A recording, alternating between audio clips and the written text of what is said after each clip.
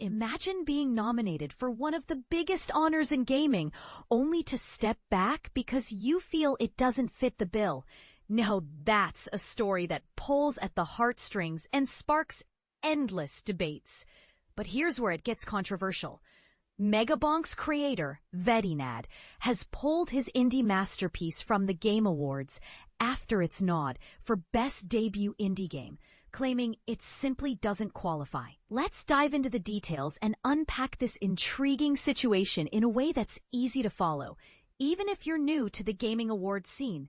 In a heartfelt post shared today on Twitter or X via the official Megabonk account, Vedinad broke the news with a mix of gratitude and humility. "I'm withdrawing from the Game Awards. It's an honor and a dream for Megabonk to be nominated for TGA, but unfortunately, I don't think it qualifies for the category Best Debut Indie Game. I've made games in the past under different studio names, so Megabonk is not my debut game. I really appreciate the nomination, support, and votes, but it doesn't feel right in this category. You should vote for another one of the amazing debut titles. They are all amazing games. Thanks again. New Megabonk update coming soon." This announcement comes hot on the heels of the game's nomination, leaving fans and the industry buzzing as of now. It's not entirely clear whether the Game Awards organizers will actually remove Megabonk from the voting lineup or the award ceremony itself. At the time of writing, the game remains listed under Best Debut Indie, rubbing shoulders with strong contenders like Blueprints, Clair Obscur, Expedition 33, Dispelite, and Dispatch. For beginners wondering what this category is all about, let's break it down. Best Debut Indie honors the standout first game from a fresh, independent studio. But what exactly does new independent studio mean? This is where things start to blur, much like a puzzle with pieces that don't quite fit. Game development teams can feel like the mythical ship of Theseus, a ship where over time every part is replaced. Is it still the same vessel? Teams often evolve, core members stick around, new talent joins, and rebranding happens. Take Dispatch, created by Ad Hoc Studio, for example. It's their group's very first original title, yet Ad Hoc was built by ex-developers from big names like Ubisoft and Telltale, who had collaborated before. Similarly, last year's winner, Cocoon from Geometric Interactive, faced whispers of similarity because it involved former Playdead veterans.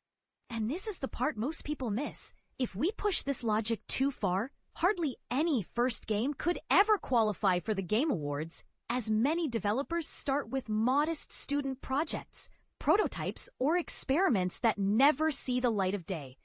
It's a reminder that the indie world is fluid and collaborative. Vedinad's decision holds more weight in his case, as he's largely a solo developer with prior projects under various aliases. Yet, even lone wolves get a helping paw.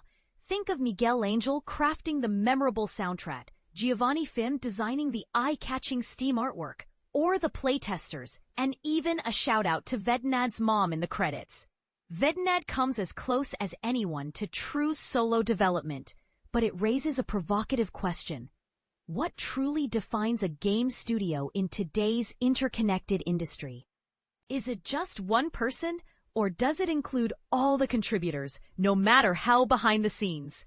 Ultimately, this kerfuffle underscores a broader haze surrounding the Game Awards categories. It's not an isolated incident.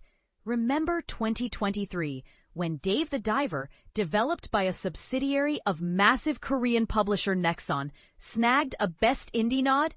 TGA founder Jeff Keighley chimed in, noting that indie can mean different things to different folks. And even the game's director admitted the mix-up was baffling. We've seen other head-scratchers too, like Sifu's 2022 bid for Best Fighting Game, despite it being more of an action beat-em-up, or this year's eyebrow-raising inclusion of Monster Hunter Wilds for Best RPG. These moments highlight how subjective these labels can be, fueling lively discussions about what indie or debut really entails. But let's flip the script for a second. Could Vedinad's withdrawal be seen as overly humble, or perhaps a clever way to spotlight other newcomers? Some might argue that with the indie scene's collaborative nature, strict definitions are outdated. After all, innovation often comes from blending experiences, not starting from scratch. What do you think? Does Megabonk truly not qualify?